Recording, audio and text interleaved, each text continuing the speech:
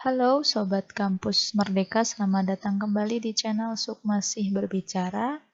Masih dalam serial Kampus Merdeka, perkuliahan Statistika Sosial.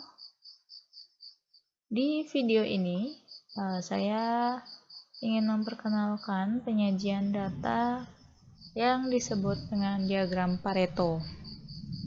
Jadi, apa sih diagram Pareto ini? Diagram Pareto ini bentuknya sama seperti diagram batang, ya.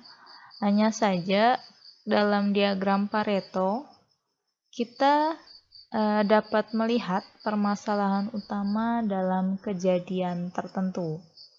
Saya berikan contoh di sini terkait sebuah observasi yang dilakukan untuk mengetahui permasalahan yang dialami para user aplikasi Gojek. Nah, dari hasil observasi yang dilakukan, ternyata hasilnya 13 user kesulitan melakukan login, 20 user tidak dapat melakukan pemesanan, 23 user mengalami lokasi error, dan 24 user tidak dapat mengakses ke menu tertentu. Dari hasil ini ya, data yang masih berbentuk mentah ya, kita akan olah ke bentuk diagram Pareto agar lebih mudah dipahami oleh pembaca hasil penelitian kita. Seperti apa sih? Nah, seperti ini ya. Jadi data mentah tadi kita masukkan ke dalam tabel seperti ini. Kemudian kita total, di sini terdapat 80 responden ya yang terlibat dalam observasi ini. Sama seperti menghitung frekuensi di awal ya, ini juga sama. Jadi kita masukkan saja data ini ke dalam tabel, kemudian kita total. Kemudian tabel ini akan kita ubah dalam bentuk diagram Pareto yang seperti ini penampilannya. Ya, jadi seperti yang tadi saya bilang bahwa diagram Pareto ini masih berbentuk diagram batang, tetapi kita bisa melihat permasalahan utamanya di diagram Pareto dari garis ini, garis merah ini. Nah, sebelum lebih jauh sih gimana sih membaca diagram Pareto, kita akan mulai dari bagaimana membuat diagram Pareto. Tentunya masih menggunakan aplikasi Excel. Jadi kita beralih ke aplikasi Excel. Tabel ini kita pindahkan ke Excel seperti ini tampilannya. Nah, seperti ini. Saya perbesar. Kemudian teman-teman bisa blok bagian kendala ini, diblok saja, kemudian frekuensinya juga diblok. Kemudian kita ke insert, pilih histogram. Ya, dari histogram ini kita ambil yang sebelah kanan. Nah, ini yang disebut diagram Pareto. Kalau yang sebelah sini ini disebut diagram batang biasa.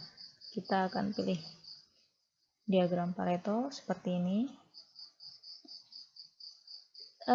Sekalian saya juga akan membuatkan tutorial bagaimana sih kita menyesuaikan tampilan diagram Pareto sesuai dengan keinginan kita.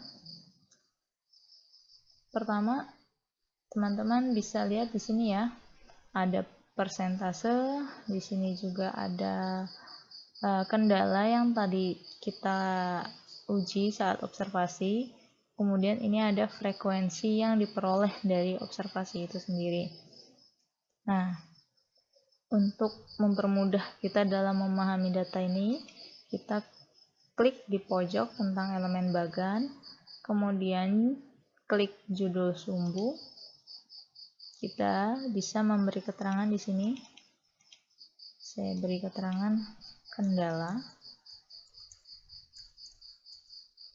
Kemudian di sebelah sini saya beri nama frekuensi. Dan sebelah sini kita beri nama persentase.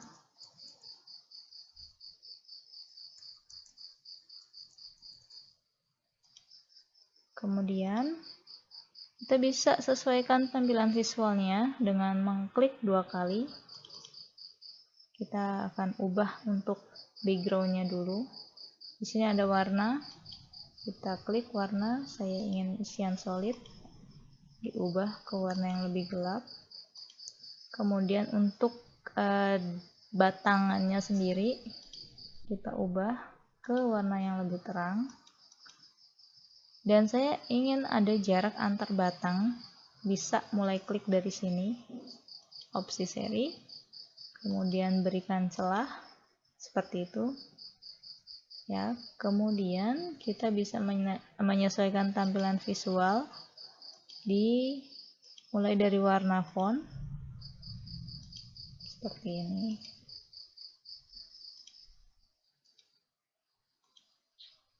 ya, seperti itu. Nah, ini juga ingin saya ubah ke warna merah ya, agar lebih merepresentasikan masalah garisnya ini. Nah, seperti ini. Sudah selesai.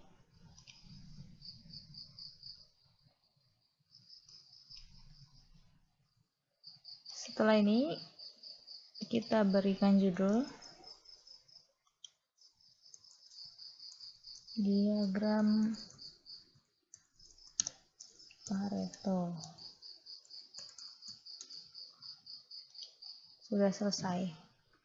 Kemudian jika teman-teman memiliki tugas untuk membuat seperti ini ya, diagram Pareto, pertama-tama teman-teman bisa mengcopy paste tabel, kemudian kita buka Microsoft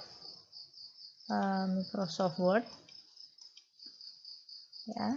Kemudian teman-teman bisa mempastenya di sini. Baru kita kembali ke Excel.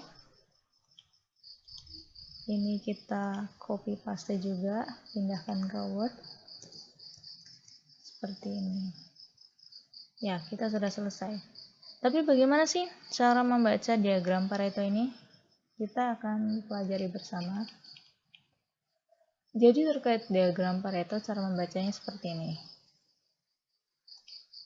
Nah, ketika di tabel kita lihat urutannya ini tidak berurutan ya, frekuensinya tidak urut dari yang terbesar ke yang terkecil ataupun sebaliknya.